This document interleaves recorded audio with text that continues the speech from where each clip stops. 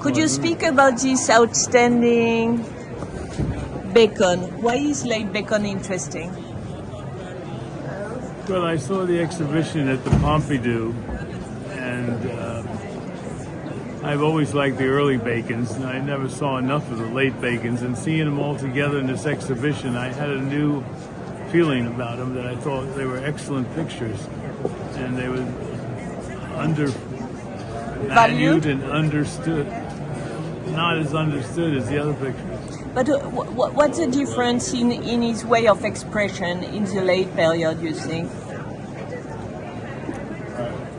You know, he keeps the same kind of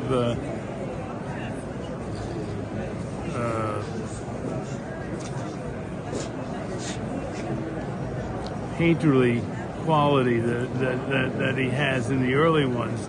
He just applies the way he applies the paint is a little more sparing, but it's still, the designs are intriguing and more modern to me than the early ones. And specifically in this one? This one I just like the composition of it, and I thought it was an excellent example of what Bacon was trying to do in those days. But there's like a shadow of flesh on the floor. Well, I mean, that really, isn't that close to abstraction almost? And you know, he was always known as the figurative painter in Europe, and all of a sudden he's pushing towards abstraction at the end there. So he's an innovator again.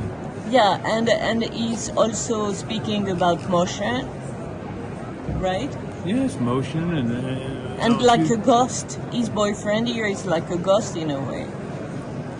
No? All these things you're reading into these pictures make them interesting. Ah, that for sure. And the contrast of colors and what we need to push on for we don't know what, you know? The buttons there. But all the designs and the colors he puts in there, you know, and the design of the door, very linear with the shade, you know, it's fabulous.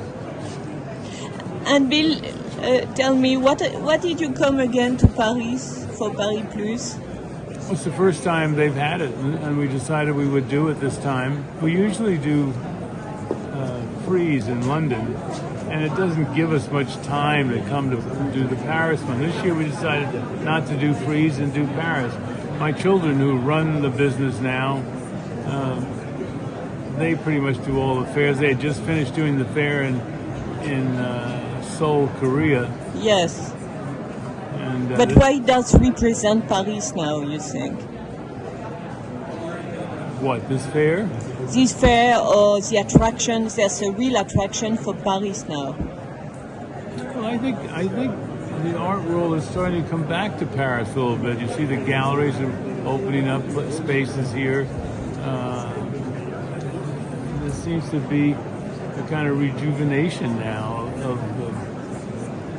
of art in Paris. But do you think there are some buyers for 20 million works of art in this fair? Maybe, maybe not. I don't know. I can't answer that. But I still like to bring things that represents what we do. You know, not only just what I can sell at an art fair. Because I'm more interested in, this is a form of publicity for us, a form where they can see the kind of work that we handle. We basically, you know, we try to handle top quality, important artists, and we have a small group of contemporary artists that we handle, but not very many. So I wanted to bring a representation of what we handle, and this is what it is. Merci beaucoup. Do you speak French? Enough to know what that means.